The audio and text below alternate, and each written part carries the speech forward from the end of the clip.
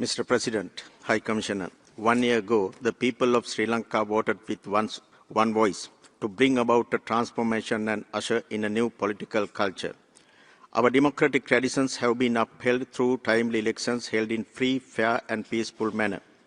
A number of measures have been introduced to promote the economic and social well-being of the people to strengthen reconciliation and ensure social justice. Mr. President, the government has provided comments on the High Commissioner's report, and I wish to address some of the matters raised in it. Our anti-corruption drive has been strengthened with new legislation enabling independent investigations and prosecutions leading to landmark convictions. The government is in the process of repealing the PTA and introducing new counter-terrorism legislation. Amendments are being formulated through consultations to the Online Safety Act. The government continues to strengthen the domestic reconciliation mechanisms by guaranteeing their independence and the necessary financial and human resources allocations. Respecting the right for truth and justice, the government has allocated required resources for excavations at the Chemmani grave site, which are being carried out under judicial supervision. Further consultations are underway with a view to establishing a Truth and Reconciliation Commission. The Cabinet of Ministers approved the proposal to prepare a national policy and action plan on reconciliation and coexistence. The government has issued instructions to law enforcement authorities to guarantee an enabling environment and sufficient space for civil society. People from all parts of the country memorialize their loved ones without any hindrance. In line with the government's vision and commitment for a reconciled Sri Lanka, a Sri Lanka Day is to be celebrated in the first week of December. Views of the general public and the National Human Rights Commission have been called for the establishment of an independent public prosecutor's office. Mr. President, the Attorney General would prefer indictments only if there is a prima facie case against an accused, and as such, the negative portrayal of the AG's office in the report does not stand to reason. The prosecutorial discretion of the Attorney General is not an unfettered power and is subject to the full force of judicial review. The reference to the amended Personal Data Protection Act in the report is erroneous, as the proposed revisions are not related to exemptions as indicated. The government is committed to advancing accountability through credible domestic processes.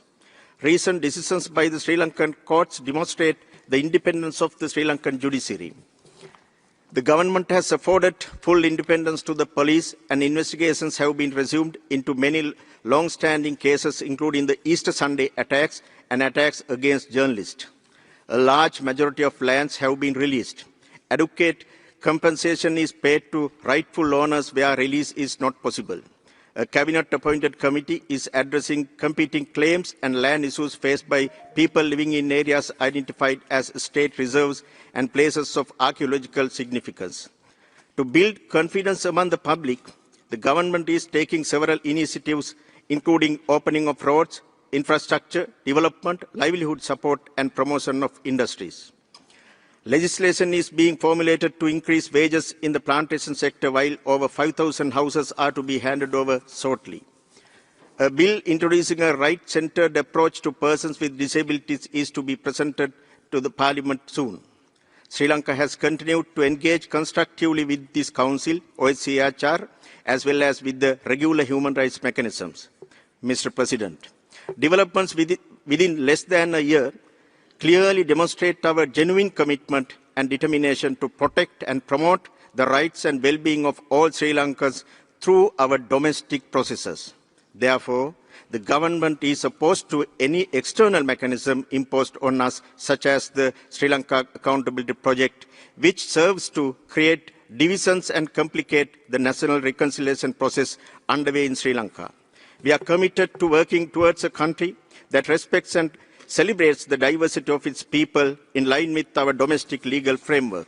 The government will continue to work in close cooperation with the international community through capacity building and technical assistance in mutually agreed areas to further strengthen these efforts. We urge this Council to take note of the progress made within a short period.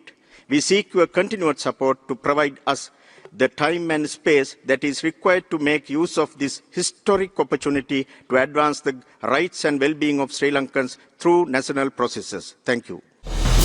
අද දෙරණ YouTube නාලිකාව YouTube අද දෙරණ දැන්ම subscribe කරන්න.